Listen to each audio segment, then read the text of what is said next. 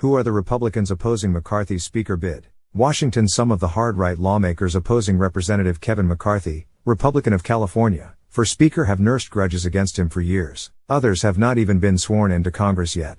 The revolt against Mr. McCarthy, who for years had been considered the obvious choice for Speaker should Republicans win control of the House, has been led by a small coterie of ultra-conservative lawmakers who have been the most outspoken about their opposition to him. It also includes a larger but quieter group of lawmakers who have long agitated for changes in the way the House operates, and a set of newcomers who have remained largely silent but are weighing their options. With a razor-thin majority and Democrats all but certain to oppose him unanimously, Mr. McCarthy must secure near total support among Republicans to win the top post. He has made a cornucopia of concessions in an attempt to sway his detractors, most notably by agreeing to a rule that would allow a snap vote at any time to oust the Speaker. But the rebels have remained unmoved, even after prodding from former President Donald J. Trump, the most popular figure in the party, and a colleague, Representative Marjorie Taylor Greene of Georgia. These are the House Republicans imperiling Mr. McCarthy's bid for Speaker. A group of 5 lawmakers were early leaders of the charge against Mr. McCarthy, with Representatives Matt Gaetz of Florida and Andy Biggs of Arizona, the former Freedom Caucus chairman,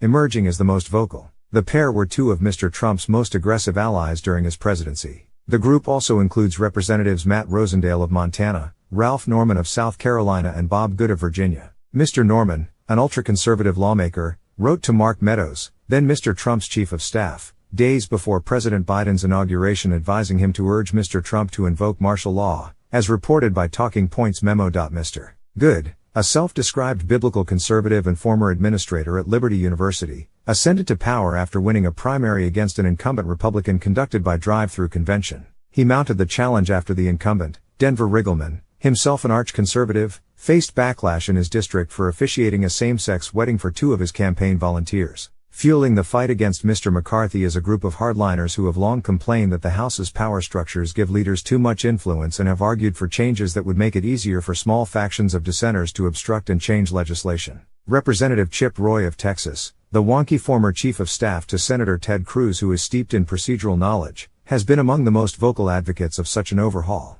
So has Representative Scott Perry of Pennsylvania, the current Freedom Caucus chairman who played a key role in an unsuccessful plot by Mr. Trump to fire the acting attorney general who stood by the results of the 2020 election. Another key player is Representative Dan Bishop of North Carolina, who was the architect of his state's bathroom bill, which required transgender people in public buildings to use the bathroom corresponding with the gender on their birth certificate. No Republican member-elect has yet declared opposition to Mr. McCarthy, but a few incoming members from deeply conservative districts have hinted at it or publicized their skepticism about his leadership, and others have stayed silent about how they plan to vote. Representatives-elect Anna Paulina Luna of Florida, Eli Crane of Arizona and Andy Ogles of Tennessee have all signed on to letters indicating that they are unsatisfied with Mr. McCarthy's concessions thus far.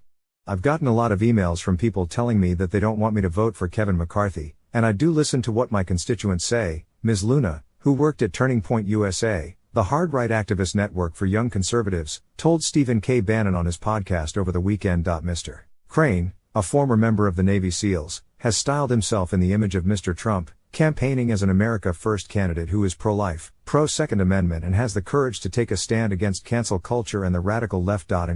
He has also denounced an invasion at the U.S. border with Mexico. Mr. Ogles is a former mayor who has called for the impeachment of Mr. Biden and Vice President Kamala Harris. There are many of other incoming freshmen from ruby red seats who could also defect, including Representative-elect Josh Breckin of Oklahoma. Mr. Breckin promised voters that he would resist being groomed for conformity into moderate positions in Washington and told a local paper last month that he was praying about whether to support Mr. McCarthy for Speaker.